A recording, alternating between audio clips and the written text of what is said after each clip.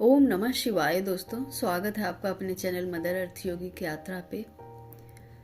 आज श्रीमद् भागवत गीता के 13वें अध्याय की ओर हम लोग बढ़ेंगे।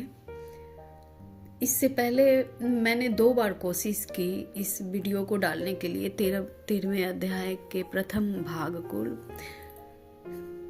लेकिन पहली बार तो डिलीट ही हो गया, वीडियो आया ही नहीं, बना ही नहीं। दूसरी बार जो वीडियो बना तो उसमें इतनी सारी त्रुटियां थी कि मुझे आप लोगों के समक्ष प्रस्तुत करना सही नहीं लगा।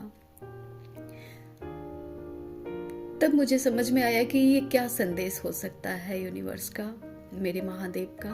तो मुझे पता चला इसे जो है सो बहुत अच्छे से मैं खुद तैयार करूं, उसके बाद आप लोगों के समक्ष प्रस्तुत करूं। पहले मेडिटेशन के माध्यम से, फिर मैंने 2 दिन का समय लिया आप लोगों से, और 2 दिन के समय के बाद मैं इसे अपने तरीके से थोड़ा सा तैयार कर पाई हूँ।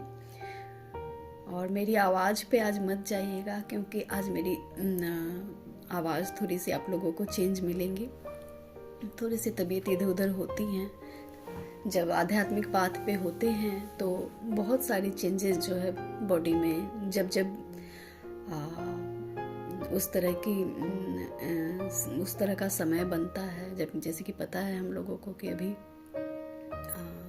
संक्रांति का, कल संक्रांति है, मकर संक्रांति। उससे पहले संक्रांति काल में बॉडी पे भी बहुत सारे प्रभाव पड़ते हैं। तो इसलिए आप लोग आवाज़ पे मन जाइएगा, मेरी बोली को और श्रीमद् भागवत गीता के ज्ञान को ग्रहण कीजिएगा, सुनिएगा। और आगे चलने से पहले एक छोटा सा ध्यान अपने गुरु को समर्पित। लंबी गहरी श्वास,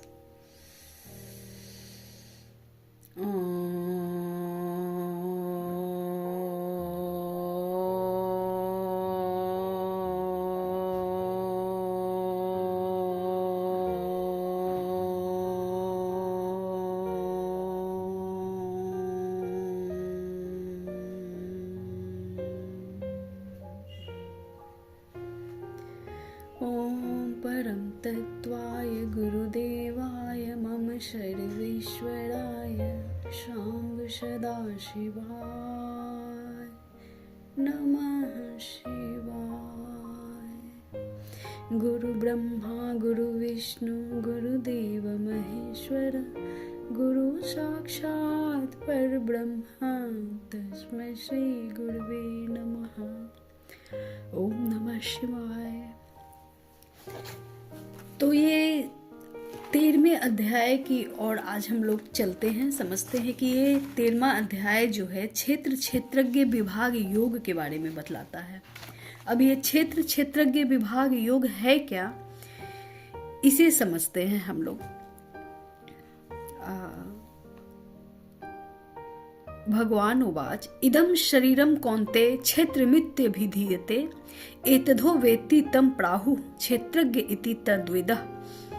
अर्थात भगवान बोले, हे अर्जुन, यह शरीर क्षेत्र इस नाम से कहा जाता है, और इसको जो जानता है उसको क्षेत्रज्ञ इस नाम से उनके तत्व को जानने वाले ज्ञानी जन कहते हैं।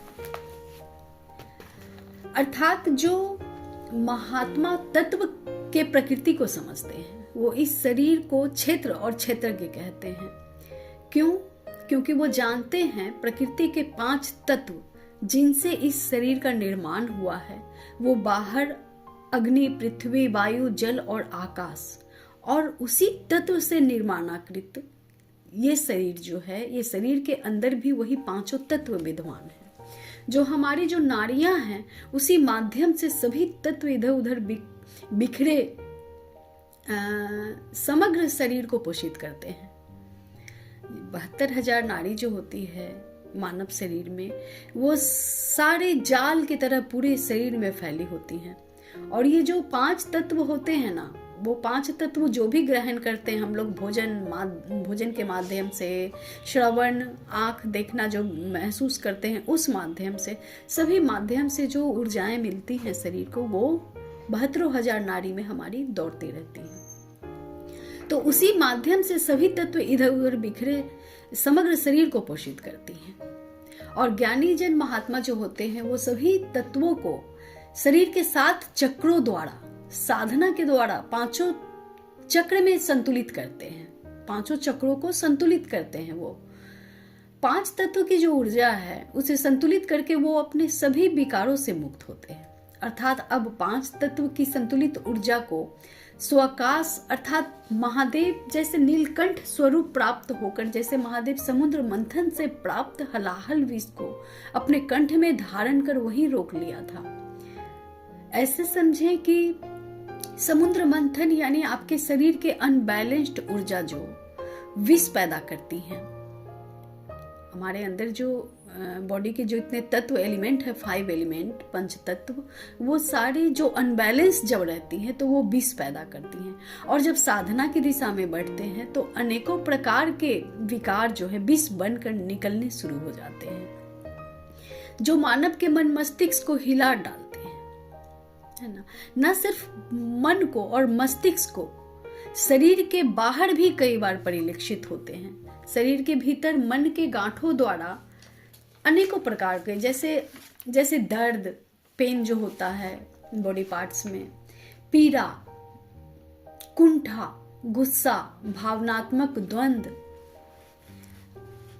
बहुत सारी जब ये चलने लगती हैं और बाहर जब वो परिलक्षित होते हैं तो फोड़े, फुंसी, बॉडी पार्ट्स के विभिन्न स्थानों पे झंझनाहट, नेत्र में विकार, सर में दर्द, सभी विकार जो सरफेस पे जब आते हैं वही वो सभी विष हैं जो आपके समुद्र क्षेत्र से निकलते हैं। उसे जिस प्रकार महादेव ने अपने कंठ में ही रोक लिया, वैसे ही साधक साधना पथ पर चलते हुए ऊर्जाओं को शुद्ध कर विशुद्धि चक्र जो कंठ में स्थित है वही रोक लेते हैं और वही रोक कर सारे विष को छन्नी की भांति शुद्ध ऊर्जा को ऊपर आज्ञा चक्र तक आने देते हैं।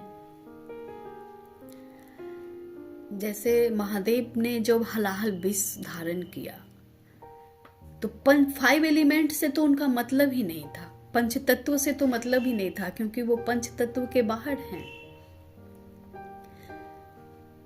तो जो वो विशुद्धि तक वहां से उनका ज्ञान शुरू होता है। ये 5 एलिमेंट जो काम करते हैं हमारे शरीर पे, वो ठीक उसी तरह हैं जैसे उनकी श्मशान यात्रा होती है।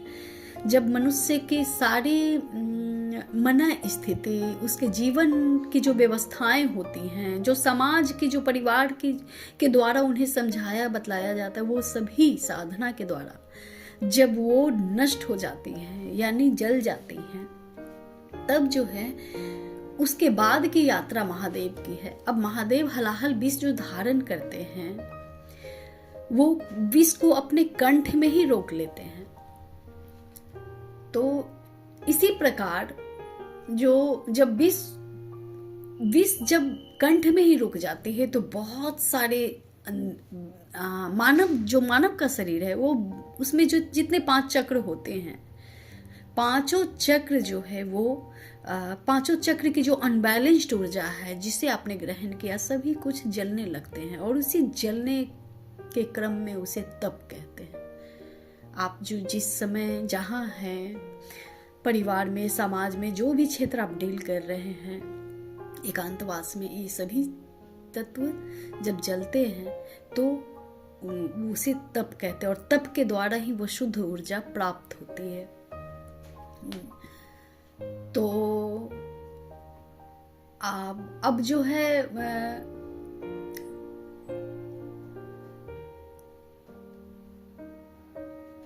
जो छन्नी के भांति शुद्ध ऊर्जा को ऊपर आज्ञा चक्र तक जब जाने देते हैं, रोककर, जितने विष हैं उन्हें कंठ में ही रोककर, कंठ में सिर्फ रोककर जब आप ऊपर जाने देते हैं, यानी अपने 3rd आई तक जो उन्हें छना हुआ ज्ञान प्राप्त होता है, 3rd आई तक जब ऊर्जा पहुंचती है तब तो वो शुद्ध ही हो जाती है, क्योंकि छन्नी तो कंठ में लग गई।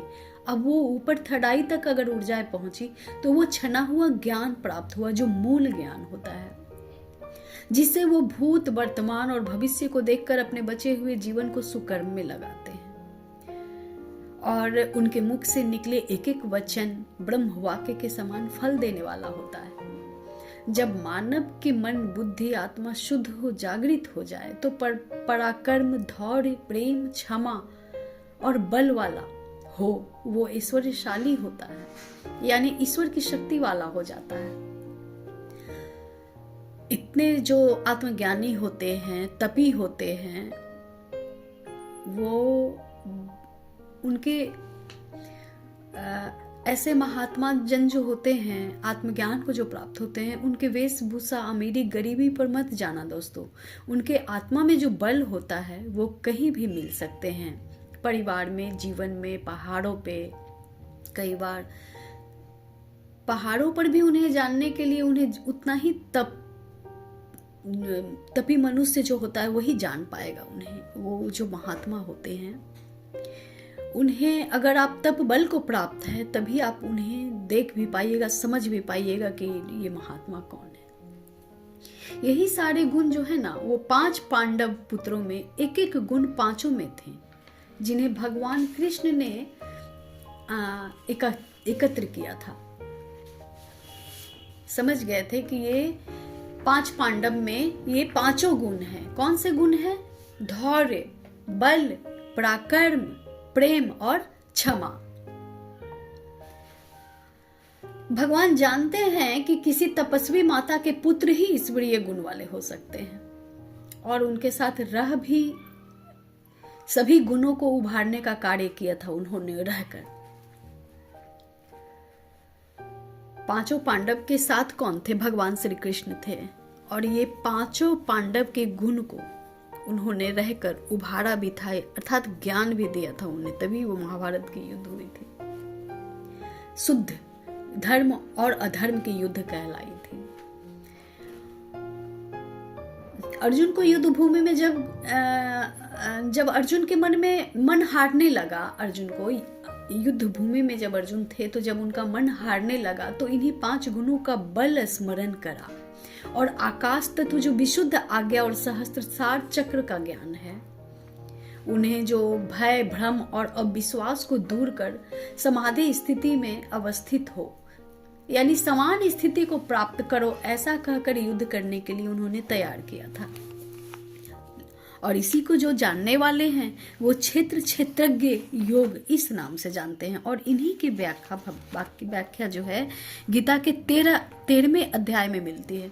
संजोग से आज 13 तारीख है, और मुझे इसलिए रोका गया कि इस चीज को और अच्छे से आप लोगों के समक्ष रख सकूं, कि इस चीज को विस्तार से आप लोग समझ सकें कि ये 13 तारीख और 13वां अध्याय ये एक संजोग की बात है, जो मैं अब समझ पा रही हूँ कि यूनिवर्स का क्या इशारा था, मेरे महादेव का क्या इशारा था, किसी मैं इस प्रकार से इस तरह से तैयार करके आप लोगों के समक्ष रख सकूं।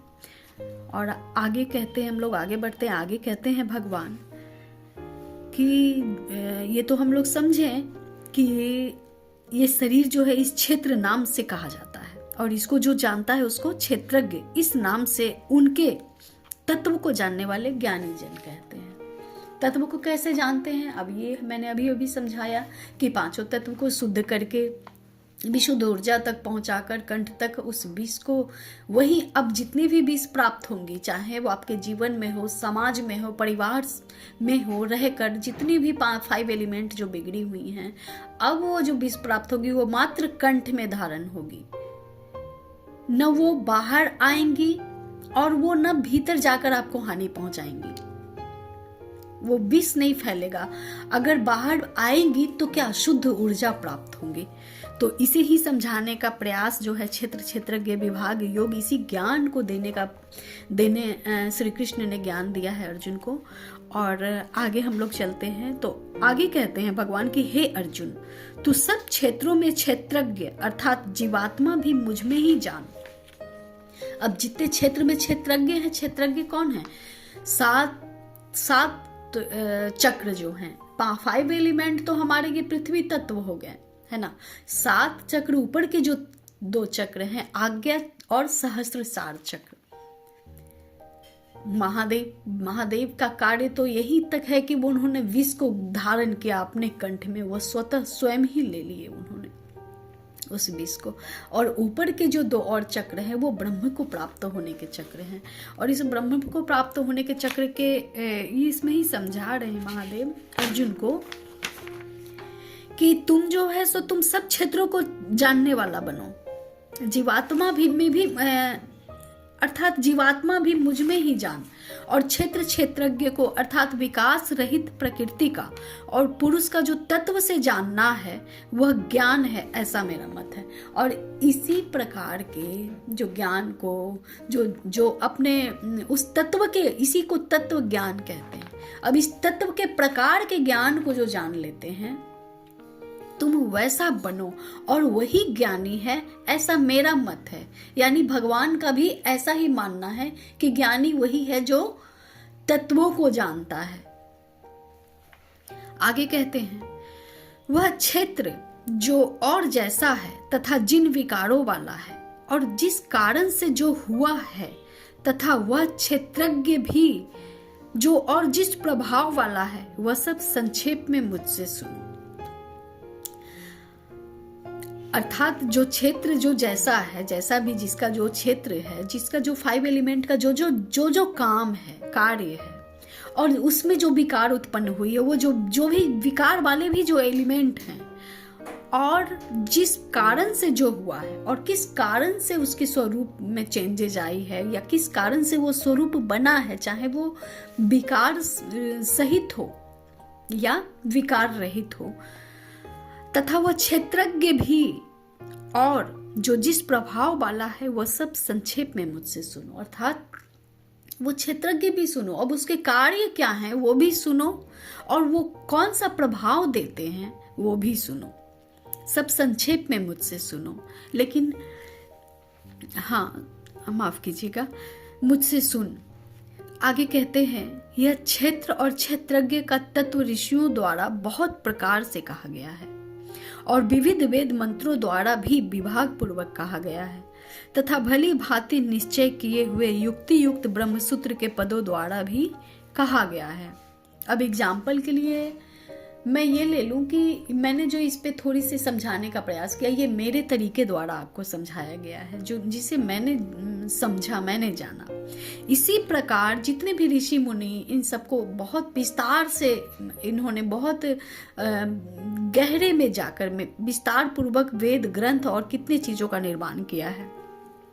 ब्रह्मसूत्र बने हैं इसी से, वेद मंत्र भी इसी ध्वनि से निकले हैं, क्योंकि जब एलिमेंट पे काम होते हैं, जब तप होती है, तो वो जो है वो ध्वनि के रूप में, नाद से ध्वनि के रूप में निकलती है, और वो ध्वनि किस ओर इंगित करती है, ये सभी महात्मा जन उस ध्वनि को पकड़कर कई वेद मंत्र का जो है सो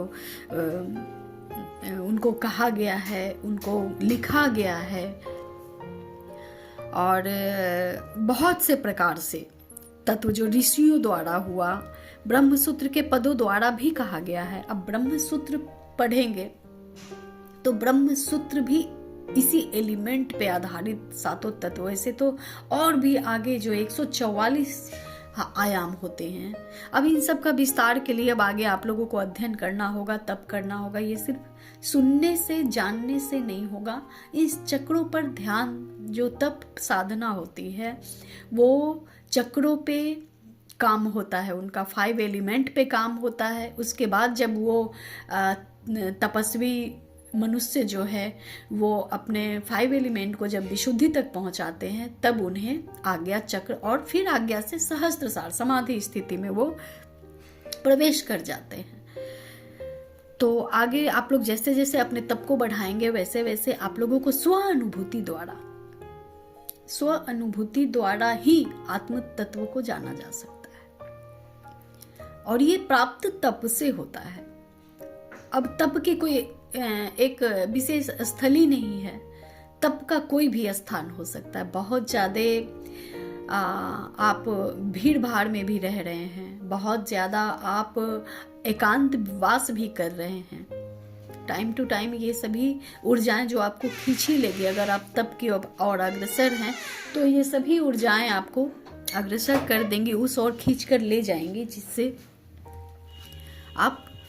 आपका ध्यान जो है वो सभी अपने सभी आसपास के चीज़ों पे अपने अंदर भीतर समझ सके, आसपास चीज़ों के द्वारा अपने अंदर अंतःकरण में उस चीज़ को छन कर समझ सके, आप ले सके उस ज्ञान को कि इस कितने भी रिवर्स पोजीशन हो, वर्स पोजीशन हो, जितनी भी हो, उसमें आपको आप क्या प्राप्त करते हैं, इससे क्या संदेश मिल रहा है, क्या ज्ञान है, यूनिवर्स का ज्ञान क्या है, ब्रह्म का ज्ञान क्या है, मुझे क्या ज्ञान, क्या बतलाना चाह रहे हैं भगवान। तो इस प्रकार अनेकों प्रकार के जो है सो वेद मंत्र ऋषियों द्वारा कहा गया, वेद उच्चारण किया गया, लिखा गया, और ब्रह्म पद के द्वारा भी इसे कहा गया है। आगे कहते हैं भगवान 5 महाभूत। अब ये 5 महाभूत के बारे में बतला रहे हैं, इसे ध्यान से सुनिएगा कि 5 महाभूत जो है वो अहंकार, बुद्धि और मूल प्रकृति भी, तथा 10 इंद्रियां, 1 मन और 5 इंद्रियों के विषय में, अर्थात शब्द, स्पर्श, रूप, रस और गंध, तथा इच्छा, द्वेष, सुख, दुख, स्थूल देह का पिंड, चेतना और धृति, इस प्रकार विकारों के सहित यह संक्षेप में कहा गया है। अब इसमें सभी चीजें हैं, पंच महाभूत के जो गुण और अवगुण होते हैं, वो मूल प्रकृति, मतलब इस अर्थात मूल प्रकृति, पंच महाभूत के जो अवगुण से जो गुण उत्पन्न होते हैं वो, और उनकी जो मूल प्रकृति है वो क्या है, तथा 10 इंद्रियां जितनी भी हैं, जितनी भी चीजों से ग्रहण करती है, महसूस करती है, आत्मसात करती है, वो सभी इंद्रियों के द्वारा होता है। इंद्रियां, 1 मन एक होता है, और 5 इंद्रियों के विषय में, 5 इंद्रियां क्या है, अर्थात शब्द, स्पर्श, रूप, रस और गंध, जो हम दृष्टि देख पाते हैं, आंखों से, कानों से सुन पाते हैं, त्वचा से अनुभव कर पाते हैं, नासिका से उसकी सुगंध ले पाते हैं, महसूस कर पाते हैं, और शब्दों के द्वारा जो हम बोल पाते हैं, या शब्दों के द्वारा वो शब्द जो हम मुझ तक पहुंच पाते हैं, ये 5 इंद्रियों का विषय है। तथा इच्छा, द्वेष, सुख, दुख, स्थूल देह का पिंड, चेतना और धृति, इस प्रकार विकारों के सहित यह क्षेत्र संक्षेप में कहा गया है। अब इन्होंने संक्षेप में बतलाया कि ये जो सुख दुख है, इच्छा है, द्वेष है, स्थूल जो है, स्थूल क्या है, ये बॉडी हमारी है, जो तत्व जो स्थूल है, जो चल नहीं सकती, जो बनी तो एलिमेंट से ही है लेकिन वो स्थूल है।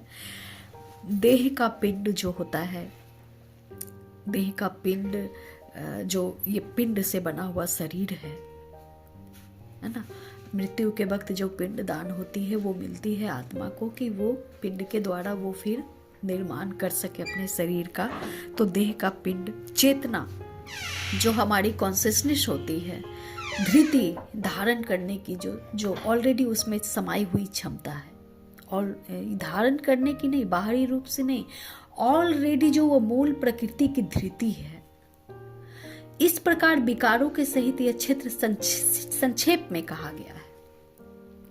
श्रेष्ठता के अभिमान का अभाव, दंभाचरण का अभाव, किसी भी प्राणी को किसी प्रकार भी न सताना, क्षमा भाव, मन वाणी आदि की तरलता, श्रद्धा भक्ति सहित गुरु की सेवा, बाहर भीतर की शुद्धि, अंतःकरण की स्थिरता, और मन इंद्रियों सहित शरीर का निग्रह।